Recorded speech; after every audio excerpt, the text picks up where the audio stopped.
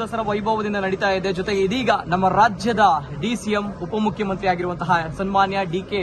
ಶಿವಕುಮಾರ್ ಅವರು ಆಗಮಿಸಿದ್ದಾರೆ. ಈಗಾಗಲೇ ಶಾರದಾ ಮಾತೆಯ ಆಶೀರ್ವಾದವನ್ನು ಪಡೆದುಕೊಂಡಿದ್ದಾರೆ. ಹಾಗಿದ್ದಾಗ ಮಂಗಳೂರು ದಸರಾಕ್ಕೆ ಬಂದಿದ್ದಾರೆ. ಸೊ ಹೇಗಾಯ್ತು ಸರ್ ಮಂಗಳೂರು ದಸರಾ? ಇದು ಪುರಂದರದಾಸ್ ಹೇಳ್ದಂಗೆ ಇದು ಭಾಗ್ಯವಯ್ಯ ಪದ್ಮನಾಭನ ಪಾದ ಭಜನೆ ಪರಮ ಸುಖವೇ. ಇವತ್ತೊಂದು ನಾನು ಇಲ್ಲಿಗೆ ಬಂದಿರೋದೇ ಈ ಒಂದು ಪವಿತ್ರವಾದಂತಹ ದೇವ ಸನ್ನಿಧಿಯಲ್ಲಿ ಬಂದ ದೇವಸ್ಥಾನದ ಗುರು ಹಿರಿಯರು ಮತ್ತು ಶಕ್ತಿ ದೇವತೆ ಮತ್ತು ಪೂರ್ಣೇಶ್ವರಿ ಶಾರದೆ ಎಲ್ಲ ಕೂಡ ಇವತ್ತು ನನಗೆ ಕರ್ಸ್ಕೊಂಡಿದೆ. ಅಲ್ಲಿ ಬರುವಂಥ ಪರಿಸ್ಥಿತಿ ಇರಲಿಲ್ಲ.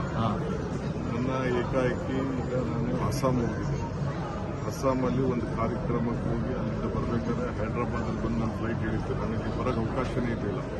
ನನ್ನ ಫ್ಲೈಟೇ ಇಲ್ಲಿಗೆ ಬರೋಕ್ಕೆ ಆಗ್ತಿರಲಿಲ್ಲ. ನನ್ನ ಸ್ನೇಹಿತನಿಗೆ ಫೋನ್ ಮಾಡಿದ ತಕ್ಷಣ 5 ನಿಮಿಷಕ್ಕೆ ನನಗೊಂದು ಸ್ಪೆಷಲ್ ಫ್ಲೈಟ್ ಕಳಿಸ್ಕೊಟ್ಟು ಸೊ ಇಲ್ಲಿಗೆ ಬಂದು ದೇವರ ದರ್ಶನ ಮಾಡಿದ್ದೀನಿ ಅಂದರೆ ಈ ದೇವರೇ ನನ್ನನ್ನು ಇಲ್ಲಿಗೆ ಕರ್ಸ್ಕೊಂಡಿದ್ದಾರೆ.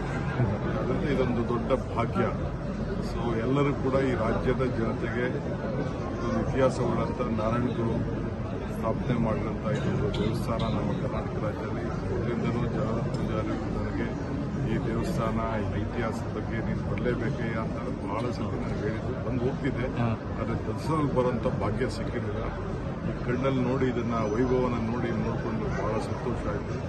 ಇಡೀ ರಾಜ್ಯಕ್ಕೆ ಒಂದು ದೊಡ್ಡ ಐತಿಹಾಸಿಕವಾದಂಥ ಧಾರ್ಮಿಕ ಪ್ರವಾಸಿ ಕೇಂದ್ರ ಇದು.